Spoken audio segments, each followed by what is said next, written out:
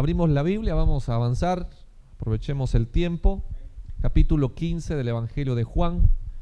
Vamos a continuar, a retomar el estudio. Y hemos estado hablando acerca de la dependencia espiritual. En esa dependencia espiritual abordábamos el punto acerca de los frutos que se deben de dar. Es decir, que la vida cristiana tiene que rendir frutos, que eso es lo que veníamos leyendo en los primeros 5 versículos y ahora que llegamos hasta el versículo 6 en la lectura al inicio. Si gusta, Evangelio de Juan, capítulo 15, versículos del 4 al 6. Si ya lo tiene, ayúdeme a orar entonces para que el Señor nos hable. Padre, hable a nuestros corazones, que su Espíritu Santo pueda redarguirnos y que conforme a la necesidad que hemos traído, su palabra sea oportuna. Ayúdanos, Señor, a enfocarnos en ese crecimiento que debe de darse en nosotros, en preocuparnos realmente por ser esos pámpanos que estén dando los frutos que glorifiquen su nombre. Ayúdenos, Señor, yo renuncio al deseo del hombre y de la carne de hablar y le cedo todo el espacio para que sea su Espíritu Santo el que hable en nuestras vidas. En el nombre de Jesús, amén y amén. Cuando nosotros entendemos el rol que como cristianos tenemos en una sociedad tan convulsionada, surge la pregunta, ¿qué hacemos para alcanzar ese rol? Porque no tenemos en la sociedad, en la comunidad, nosotros no tenemos un rol de ser un club social, nada más, de ser un lugar, un centro de convenciones, de reuniones, donde podamos disertar, porque así se le dice, un tema, cualquiera, y que crezcamos en alguna medida de forma numérica nosotros, que ya no seamos los únicos, y que tengamos una especie como de esas compañías modernas donde usted viene, lo invitamos a usted, pero usted tiene que traer 2 invitados. Y es una red completa. Y de pronto usted ya trajo a 2 y esos 2 que usted ha traído se convierten en parte de lo que usted ya forma en su pirámide y esos 2 tienen que traer a otros 2 cada uno y no se trata de eso. Le aparecía una encuesta que arrojaba datos acerca de la presencia evangélica en diferentes países. El primer país con mayor presencia en Latinoamérica de iglesia o de cristianos evangélicos es Honduras, con un 41%, si mal no recuerdo. Nosotros estamos en tercer lugar con el 38% de presencia evangélica. Y uno se pregunta, ¿cuál es la ganancia de tener 38% de presencia evangélica en nuestro país? ¿Cuál habrá sido la ganancia? Tendría que haber una ganancia. Tendríamos que tener resultados. La presencia evangélica, nosotros nos tendría que estar en las colonias, en diferentes lugares. ¿Cuántas iglesias evangélicas hay? Donde yo vivo, en la entrada, justo en la entrada, usted deja la carretera y entra hacia la colonia donde nosotros vivimos, y en esa carretera hay una iglesia bonita. Allí empiezan una iglesia. Bueno, desde antes, cuando usted ya va entrando a ese tramo de carretera, empiezan a haber iglesias. Hay una iglesia, imagínense cómo se llama esta iglesia. Se llama Iglesia Refugio para los Pecadores. Qué bonito. Ya imagina nosotros, tabernáculo, el refugio de pecadores. Así se llama. Ahí empiezan las iglesias. Está una iglesia católica, está el Príncipe de Paz, está otra que no recuerdo cuál es. Hay varias iglesias. Y entrando donde nosotros hay una y de cerca de la casa de nosotros, no la ubico todavía, pero hay otras iglesias. Hay cantidad de iglesias. La pregunta es, ¿cuáles son los beneficios de tener tanta presencia evangélica en nuestro país? No es el hecho de que existan más iglesias y que hay más lugares y que ahora tenemos más opciones y que ahora usted ya no tiene excusa. Claro, esa es parte de, pero el mayor beneficio que nosotros los cristianos deberíamos de estar dando son nuestros frutos espirituales. Son las vidas transformadas. Son las familias restauradas. Es ese alcance al que lo necesita. Es comenzar a ver qué es lo que se hace como iglesia. Y no me refiero a la labor social que una iglesia puede hacer. Bendito sea Dios, nos permite el Señor servirle al prójimo. Yo me refiero a los frutos espirituales que usted y yo estamos dando. Entonces la dependencia espiritual que Jesús está marcando de la vid verdadera, que es Él.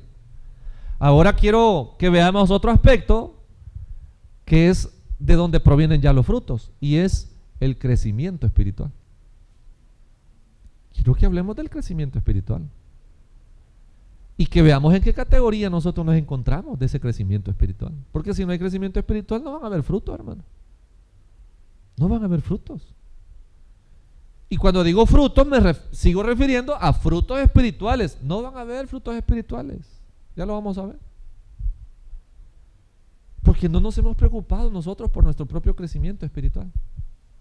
Porque creemos nosotros, de manera general, la iglesia ha creído de qué es congregarse, qué es hacer un buen grupo, qué es apoyar esto, qué es hacer aquello. Pero lo que estamos haciendo muchas veces con la mano derecha lo estamos derribando con la mano izquierda. Y entonces surge la pregunta, ¿será ese el propósito de ser cristianos? La respuesta es no. Dice el versículo 4, retomando la lectura: permaneced en mí y yo en vosotros. Esa dependencia espiritual. Como el pámpano no puede llevar fruto por sí mismo, mire, si no permanece en la vid, así tampoco vosotros si no permanecéis en mí. Es un propósito, es decir, estamos aquí para llevar frutos. No que usted y yo no vamos de pronto a ver que algo se está marchitando o que vamos a correr peligro. Claro, yo estoy de acuerdo, pero estamos en el llamado, en el entendido de que hay que dar fruto, hermano. Yo creo que todos en alguna medida estamos o tenemos cerca o tenemos contacto con un árbol frutal. En alguna medida. Tal vez usted ha visto el palito del vecino que le ha crecido y ya ha visto que ya le dio frutos, por ejemplo. Hoy los viveros hoy tienen a la venta árboles frutales, están chiquitos, pero ya vienen con frutos. Ya traen sus frutitos ahí. El otro día veía yo un arbolito, creo que era de guayaba o arrayán, no sé, lo vi y le digo, y me le quedo viendo porque hicimos el alto por ahí y vimos el vivero y me quedé viendo hasta amarillitos, ya están maduros. No sé si era arrayán o guayaba, pero chiquito el palito. Y le digo yo después a mi esposa, y nosotros tenemos un palito de arrayán que está como así, pero es más hojas que a ver qué, hermano, no da ni un fruto. Y le digo yo, ¿y por qué este tan chiquito ya tiene y aquel no? Porque quieras o no, siempre estamos interesados en los frutos. Nosotros sembramos una cosa de coco, yo estoy esperando algún día ver los cocos, hermano. Porque usted, creo yo, todos estamos en el deseo de ver frutos. Entonces le dice Cristo, si ustedes no permanecen en mí, olvídense de los frutos. Entonces, y viene el 5 y dice, yo soy la vid, vuelve y recalca, vosotros los pámpanos, esas ramas. Y oiga, dice, el que permanece en mí y yo en él, vuelve y replica, este lleva no poco, sino que mucho fruto. Es abundante, dice, el que permanece en mí es abundante en frutos. Y dice ahí, porque separados de mí, replica, nada podéis hacer. Entonces aquí de la dependencia espiritual y el alcanzar los frutos, esto se logra a través del crecimiento, de la madurez espiritual. Pero para ser maduros espirituales existe un proceso. Una de las iglesias más emblemáticas en la teología paulina es la iglesia de Corintios. No es más importante, emblemática porque aparece con varios temas, entonces uno los ubica. Es más reconocida por las cosas que se dijeron de ellos. Es como decir, el tabernáculo es una iglesia de las más emblemáticas en el sentido de que ¿quién no conoce un tabernáculo? Yo le he contado que yo me quedé sorprendido la vez que venía en el transporte colectivo y cuando dijeron en la parada del Taber, y yo ya venía cabeceando, y cuando dijeron Taber, dije yo, ahí voy, dije, ya esa gente se ubica. Ahora hablaba con un hermano y me dice, mire, usted, ¿a dónde es que está? Me dicen, ¿qué tabernáculo? En el tabernáculo de Vistalago. En la esquina, me dijo. Y yo, cabal, yo he visto esa iglesia, me dijo. Si yo por ahí ando trabajando y a veces paso y yo he visto, mire qué chiquito es ahí le llega un día de estos, me dijo. Se ubica rápido. Pues así era Corintio. Corintios decían, ya sabemos quiénes son, ya sabe cómo va. Se ubica la iglesia de Corintios. Por eso dije emblemática.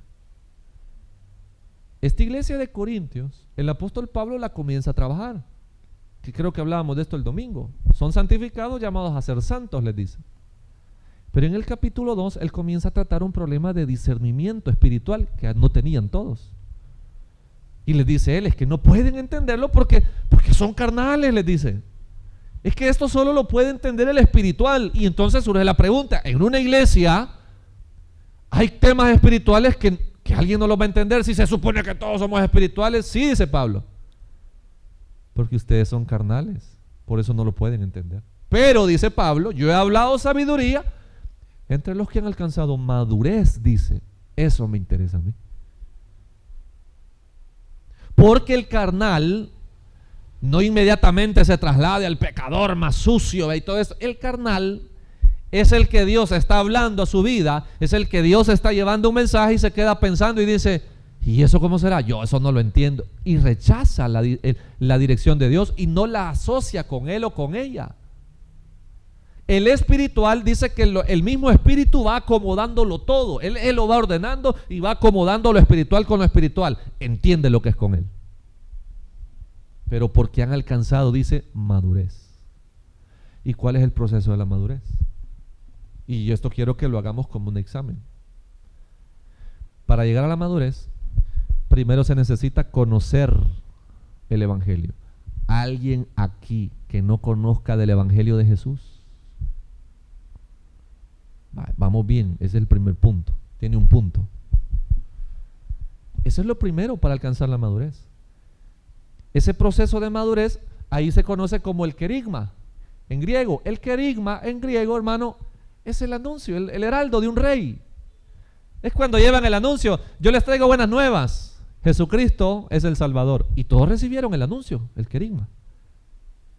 La iglesia ha recibido el anuncio. Aquí nadie dijo, no, yo no conozco cuál es el evangelio de Jesús. ¿Usted conoce el evangelio de Jesús? Uno de los puntos fuertes del evangelio de Jesús fue cuando hablaba con sus seguidores. Si alguno quiere venir en pos de mí, ¿qué dijo Jesús? Entonces si conocemos el evangelio, pues sí, estamos bien. Niéguese a sí mismo, tome su cruz cada día y sígame, les digo. Ese es el evangelio de Jesús. A los que llegaban con cierto interesito, de ver qué hay aquí, porque este es buen líder, a ver qué sale.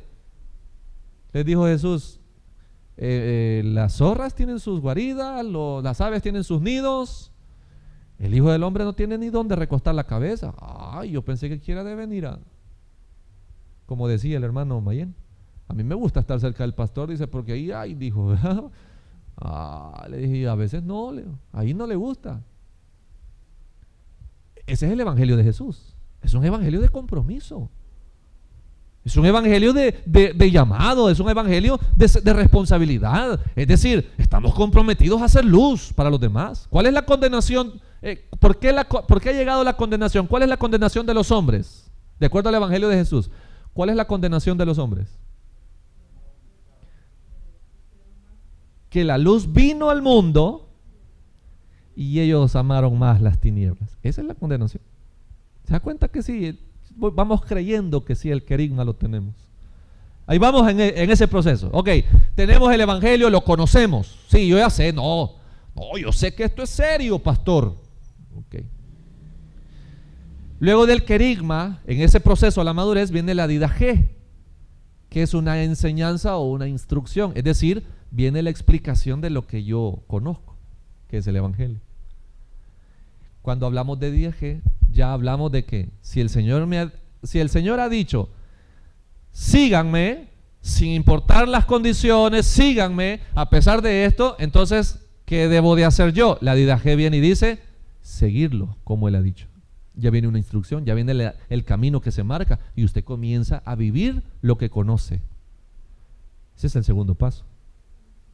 ¿Usted vive lo que conoce? Segundo punto. Son 3 puntos nada más, fíjese. Y los vamos a evaluar como de a 3 cada uno. Ya lleva 3. ¿Usted practica lo que conoce, hermano? Y no hay amén, hermano. Espérese, voy a recapitular. La didaje, que es una enseñanza, que es la explicación de lo que usted conoce, le voy a poner de esta manera. ¿Usted conoce la receta de cómo hacer sopa de frijoles? ¿Ah? Los que la conocen dicen, sí, yo la conozco. Tiene el conocimiento, tiene el querigma. Usted ya sabe cómo se hace. Pero aquí viene la didaje. ¿Cuántos hacen sopas de frijoles? ¿Ah? Va. Entonces usted conoce y hace. Usted dijo que conocía el evangelio, porque dijeron, yo les dije, ¿cuántos conocen? Amén, estamos de acuerdo. Sí, dijo Jesús esto, sí, dijo Jesús, por decir algo como ejemplo. Ahora viene lo segundo. Si usted conoce lo que Jesús dijo, conoce el evangelio de Jesucristo, ¿cuántos hacen lo que conocen? Va. Al menos ahí vamos. Algunos van a tener ahorita 3, otros uno, ya llevan 6, otros solo se quedaron en 3. Para poder alcanzar el teleios, que ese es el maduro, el que está firme, usted tiene que conocer, pero también tiene que hacer. La madurez espiritual, hermano, no es tengo 30 años de estar en el evangelio, que donde me mira, pero se quedó con el querigma nada más. Solo tiene el anuncio, el evangelio. No, si es que somos buenos, mire, porque usted se puede la Biblia de memoria y vaya a tal texto y vaya a tal texto y lo decimos de memoria. A mí me sorprende la gente. Yo, hermano, fíjese que yo a veces me considero a mí mismo que yo no necesito leer tanto para memorizar, pero hay gente que a mí me sorprende porque conoce los versículos de memoria y yo digo, qué bonito, ¿verdad? Ok, ¿qué pasa si yo conozco un versículo y no lo practico? No soy maduro espiritual. Esa es la madurez espiritual. Cuando usted ya conoce, pero usted comienza a vivir lo que conoce, tiene las instrucciones y lo comienza a hacer, entonces usted se ha convertido o se está convirtiendo paulatinamente en una persona, en un cristiano maduro espiritualmente. Usted está levantando su madurez espiritual. Y le voy a poner otro ejemplo. ¿Cuáles son los 2 mandamientos en los cuales Jesucristo encerró toda la ley y los profetas? Número 1, amar a Dios por sobre todas las cosas, y usted ya lo sabe. Primero tendría yo que preguntar sobre ese versículo, sobre ese primer mandamiento, primer y gran mandamiento. ¿Es usted un amante de Dios por sobre todas las cosas, con toda su mente, con todo su corazón, con todas sus fuerzas? No me conteste. No vaya a ser que... No ha relampagueado, ¿verdad? No se ve que va a llover. Vale, pues estamos a salvo. Ese es el primer y grande mandamiento, que usted tiene que analizarse. Su madurez espiritual, ¿en qué medida la va a alcanzar? Conociendo el mandamiento, lo comienzo a vivir. No, hombre, a Dios por sobre todas las cosas, primero. Y el segundo mandamiento, ¿qué dijo? Y el segundo es semejante al primero, dijo Cristo. Amarás a tu prójimo como a ti mismo. El amor. En eso se resume. En esto se resume la sentencia de toda la ley, dijo Jesús. No a su familia, no a sus amigos, no a sus hermanos afines. ¿Ama usted aún a sus enemigos? Madurez espiritual. Ahí está la madurez. Vuelva al versículo 5 del capítulo 15 de Juan, por favor, porque hay mucho silencio, hermano. Los ventiladores me ayudan porque ellos meten ruido, pero ahorita sí hay, hasta los ventiladores se han callado. Yo soy la vid, vosotros los pámpanos, el que permanece en mí y yo en él, este lleva, ¿qué dice? Y son espirituales. Y los frutos, le dije, no llegan si antes no llega la madurez. Usted, si es maduro espiritualmente, usted está dando frutos. Yo no entiendo, como le repito, me imagino que hay algo que operan en estos árboles tan chiquitos para que estén dando frutos. Porque ¿cuál es la lógica de la naturaleza? Que los árboles se robustecen primero y algunos pasan un buen rato agarrando fuerza y empiezan a brotarle los frutos. Alcanza madurez. Incluso los primeros frutos muchas veces están dudosos, algunos no son los agradables, pero ahí va, pero ese es un proceso. Y dice que el que permanece en él y él en él, dice, lleva mucho fruto. Pero tenemos un gran problema hoy la iglesia, que no ha entendido todavía a nivel general la responsabilidad que tenemos con la sociedad. Y es de convertirnos en cristianos maduros. Nos ven llegar de la iglesia y nos ven llegar en el mismo plan. tratamos a las personas en el mismo plan como si no conociésemos del Señor. Y dice el versículo 6, que aquí viene el tema para irnos a ver este ejemplo. El que en mí no permanece, ¿qué dice, hermano? Será echado fuera como pámpano, será cortada la rama. Y dice que se secará. Discúlpeme, hermano, yo abrazo completamente, estoy bíblicamente seguro que la salvación no es negociable. La salvación no es negociable. Es genuina si usted la tiene. Es genuina. Lo que sí le puedo decir es que la salvación tiene evidencias. Es genuina si usted la tiene. El problema es que habría que revisar si la tenemos, hermano. Es como aquel que compró una camisa y se la vendieron por original y no es original. Y usted dice, no, si me costó $100, me costó, si esta es auténtica, traída directamente de allá. Y viene un conocedor y le dice, yo te puedo sacar de dudas si es o no es original. Ah, enseñale, dicen, y ya le ven, no es original. Y di tanto, dice, sí, pero no es original. Es que el problema es si es genuina, porque si la salvación es genuina no es donde perdernos. La Biblia dice, tú dices tener fe, muéstrame tus obras. Porque la fe, dice allá Santiago, la fe por sí sola es muerta. Entonces aquí lo que está diciendo, yo estoy claro, le dije, estoy convencido que la salvación genuina jamás se pierde. Y lo que hay que preguntar es si en realidad nosotros hemos conocido ese evangelio, y si vivimos el evangelio, la pregunta sería, ¿dónde están los frutos, hermano? ¿Dónde están los frutos? ¿Qué ha cambiado en su vida en lo que va de este año? No nos echemos a andar mucho atrás, lo que va de este año. ¿Qué ha cambiado en su vida y en mi vida? Porque si este proceso nosotros no lo relacionamos, no lo abrazamos, dice que ese fruto es cortado y se seca. ¿Cuántas personas usted conoce que en su momento fueron, supuestamente, vea, porque no pueden dejar de ser, pero cuántos fueron cristianos y ahora hasta niegan la fe? Hasta se mofan. Y dice, ¿qué pasó con el hermano, con la hermana? Es que si la salvación era genuina, ahí tendría que estar, porque posiblemente se quedó en inmadurez. Pero nosotros que estamos aquí, la pregunta es, ¿y nuestros frutos? ¿Dónde están nuestros frutos? Váyase a la tercera carta de Juan, por favor. Siempre Juan es el que está dándonos el tema. Por eso es bien interesante leer estos temas en una sola línea. Juan, el mismo del Evangelio, el mismo de las 3 cartas, mire cómo ve el tema del progreso o de la madurez espiritual. Aquí vamos a ver los 2 ejemplos. Aún estando en la iglesia, el peligro que es no dar frutos. Tercera carta. ¿Lo tenemos?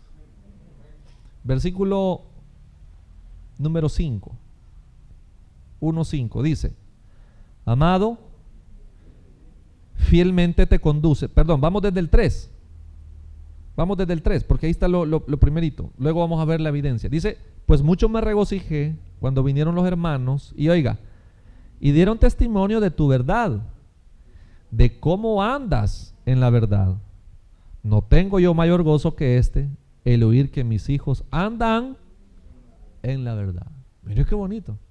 Dice que los hermanos dieron testimonio de este anciano que había progresado, que había madurado, porque dice el versículo 2: yo deseo que tú seas prosperado en todas las cosas y que tengas salud, pero oiga lo que dice, así como prospera tu alma. En el versículo 2. Bonito hablaban de este gallo. Hombre, este era un líder de una iglesia, este era un hermano en la fe de otros que estaba siendo de bendición para ellos. Y no solo para ellos, sino también para los de afuera. Dice que estaba siendo de bendición.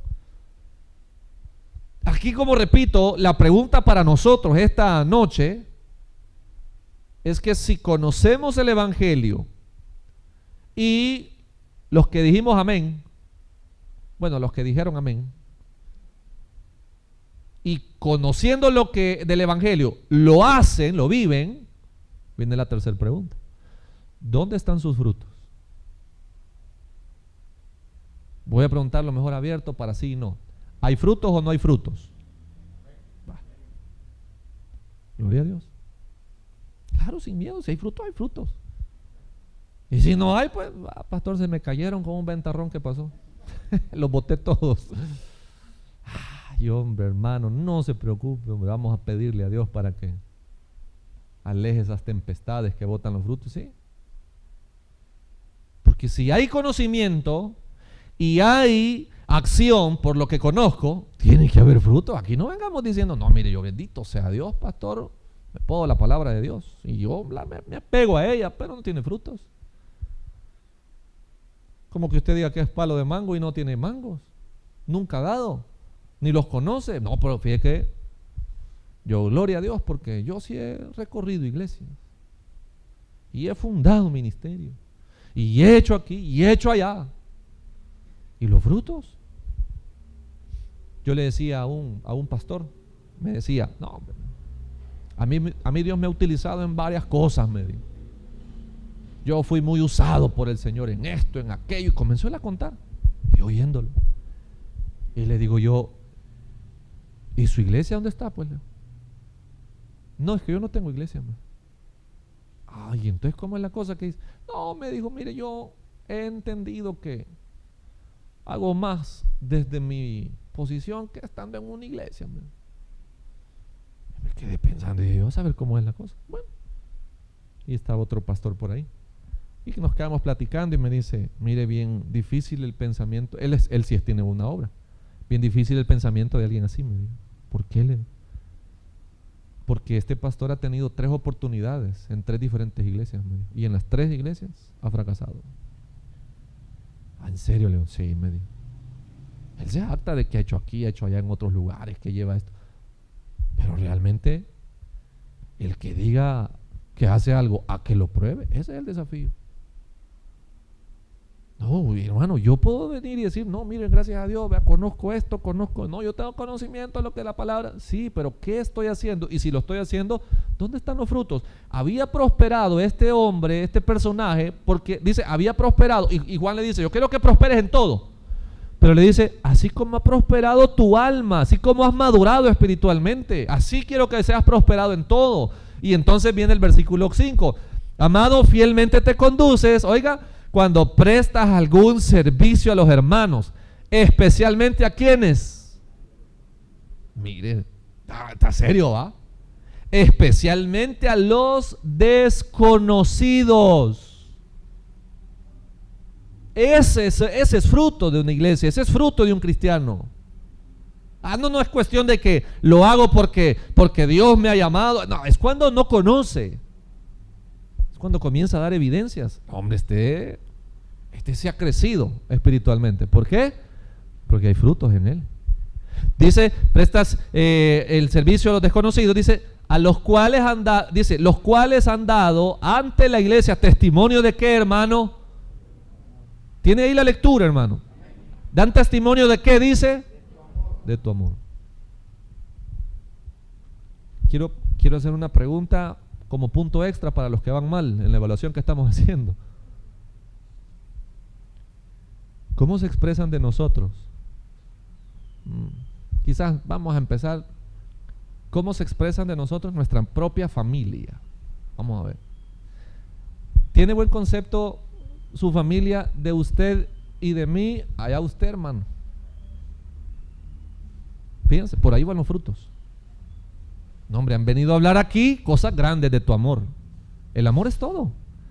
El amor es respeto, el amor es lealtad, el amor es todo, hermano. Ahí se encerró todo el mandamiento. Aquí han venido a decir que sos una persona de amor, que nunca te han visto dañar a nadie, que nunca te han visto hacer esto. Yo digo, Señor, a ese objetivo tenemos que apuntar. A ese objetivo. Pero ¿qué pasaría si nos vamos? Ya sea usted a la mía, yo a la suya, a preguntar cuál es el concepto que tienen de nosotros mismos. ¿Qué me puede hablar Imagínense que vayamos a un pasaje, vamos a ir al pasaje del hermano del hermano Nelson. Imagínense que vayan, vamos a ponerlo más práctico, neutro, ¿verdad? Solo imagínense, vamos a ir a preguntar a la tienda cercana que usted tiene si lo conocen o la conocen. ¿Usted conoce a la niña fulanita o al niño fulanito? ¿A quién? Al hermano. ¿Cuál hermano? ¿Hermano de quién? Mío, es de la iglesia.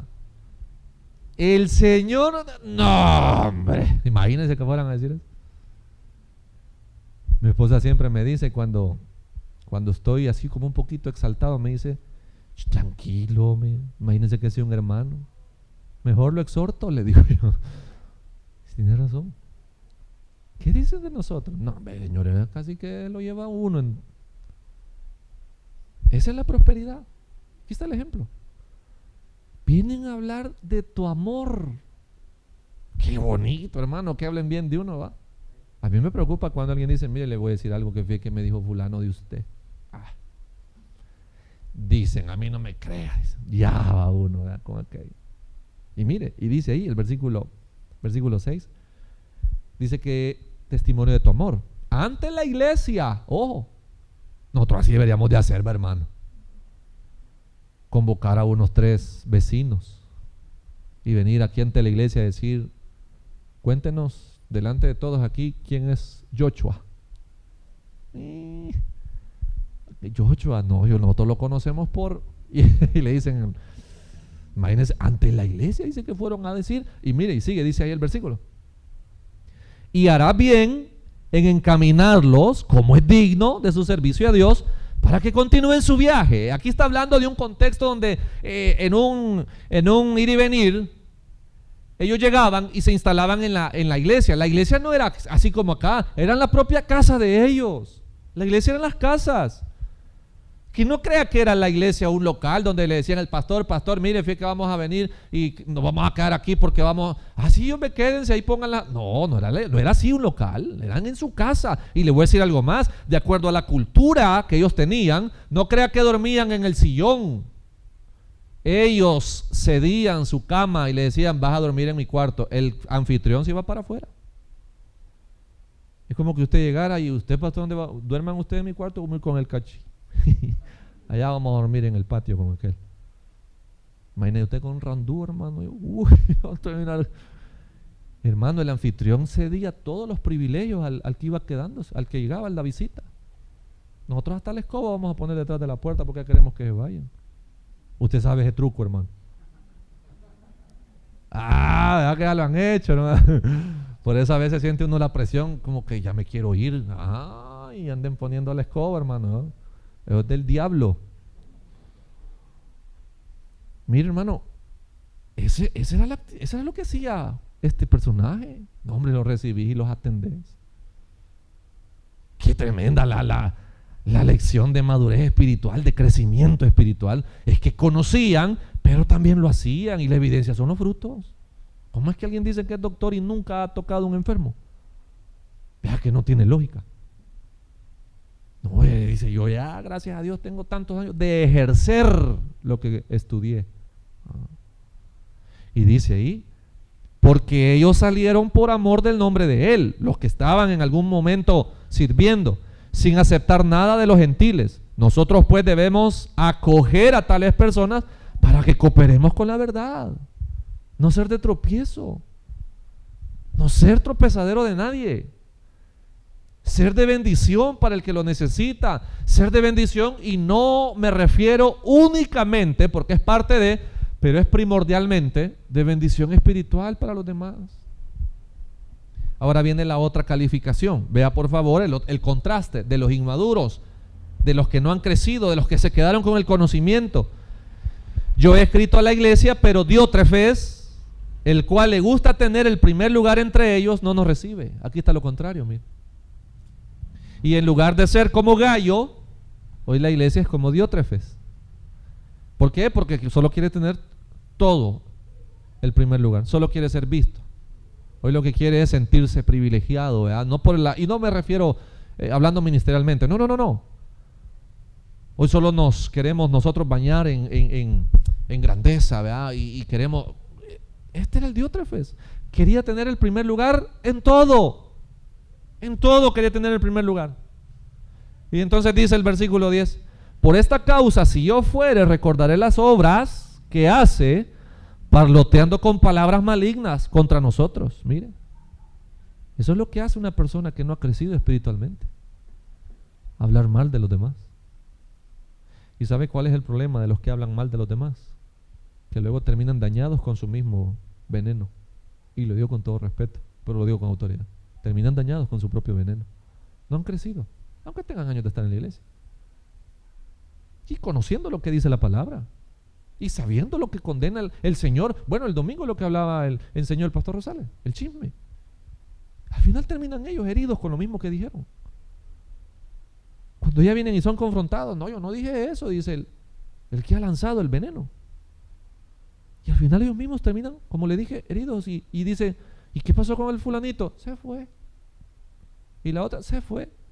Y a veces uno se pregunta: ¿y qué pasó con...? Si estaban tan bien, hombre. Es que no habían crecido espiritualmente, no habían madurado. Sí conocían el evangelio, sí lo conocían, pero nunca lo hicieron. Y decían que lo hacían, pero ¿cómo lo probó? Sus frutos, no tenían frutos. Diótrefes estaba al frente. No crea que era cualquier cosa, porque mire, dice el versículo: cosas malignas de nosotros. Y no contento con estas cosas, no recibe a los hermanos. Y a los que quieren recibirlos, mire, se los prohíbe y los expulsa de la iglesia. No era sencillo este Diótrefes. Esto estaba en un contexto de pura humanidad. Este hombre era lo que ya le decía, estaba en el estado carnal. Nunca creció y estaba en la iglesia. Entonces, volviendo a la idea, nosotros no somos llamados aquí para llenar un espacio, para ser parte de la comunidad en un aspecto solamente social, sino para hacerlo de forma espiritual. De forma espiritual. Por eso el punto sencillo de esta noche es: ¿cuánto usted y yo hemos crecido en el Señor? ¿Cuándo fue la última vez que usted se midió? Y desde esa vez hasta el día de hoy, ¿cuánto ha crecido? Yo recuerdo que la última vez que yo me medía, bueno, la penúltima vez, medía 1.87. Y entonces con eso me quedé yo, 1.87. Y como dicen que uno deja de crecer hasta los 22 años, creo. Entonces dije yo: ya no voy a crecer. Y hoy que acabo de cumplir 30, hace unos meses atrás, me volví a medir. Y quizá en el lapso no sé de qué tiempo, me decía 1.89. ¿Por qué digo 1.87? Porque decía 1.87, no 1.89.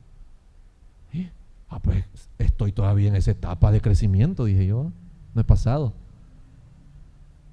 Pero ¿qué se siente cuando usted, no, pero es que yo medía tanto, mire, hoy mide más, hoy mide menos, y después dicen que va para abajo uno? Me decía un familiar, por parte de mis papás, la mayoría son altos. Entonces este familiar era más alto. Y en un momento lo vi aquí: le digo yo, ¿ya lo alcancé o usted va para abajo? No, yo voy de regreso.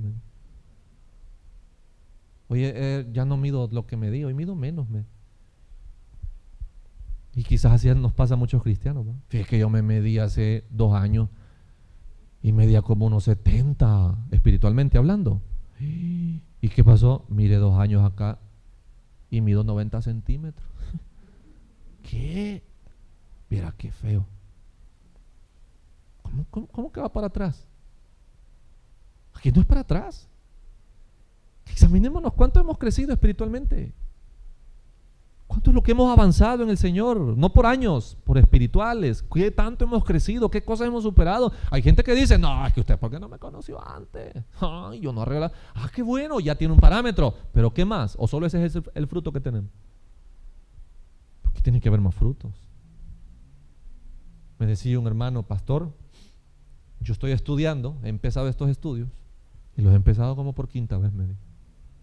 Yo me acuerdo de usted, me dijo, cuando venía yo a estudiar aquí, usted era compañero mío, me dijo. No, hombre, sí, pastor, me dijo, yo estoy que voy y vengo, no termino. ¿Y cuál es su problema? Y me mencionó los problemas, algunos vicios, cosas así. Me afectan, me. A esta altura ya habrá crecido, digo yo. Pero le digo yo, pero bueno, hermano, ya empezó de nuevo. Pero póngase una meta. Y que su meta sea crecer, hombre. Sí, pastor, pero viera. Y comenzamos a hablar. Qué tremendo es que está uno, de pronto se eleva y otra vez se baja. Y se eleva y se baja. ¿Y qué pasará? Yo no sé usted, hermano, yo detesto las luces pálidas. Por eso mírenos aquí. Yo detesto lo pálido, hermano. No me gustan esas lucecitas, tío. Me dan tristeza, a mí me deprime, hermano. Y ver el foquito que se está quemando. Y hasta pispilea. Y uno dice, ¿qué? Ay, fíjate que, a saber, ya se va a arreglar y ahí está uno. Y aquello, ahí tenue. No, hombre, hermano, a mí eso no sé, me aflige. Y así somos muchos espiritualmente hablando, fíjate. Porque nuestra luz dice que debe de resplandecer. Dice la escritura que nosotros tenemos que ser esos luminares, dice Juan. Somos luminares. Imagínense que. ¿Cuánto será lo que usted y yo alumbramos? Mire, por lo menos aquí, cuando encendemos esos faroles que tenemos allá afuera. No, hombre, hermano, esos tienen un gran alcance. ¿Cuánto es el alcance suyo de su luz? Espiritualmente hablando.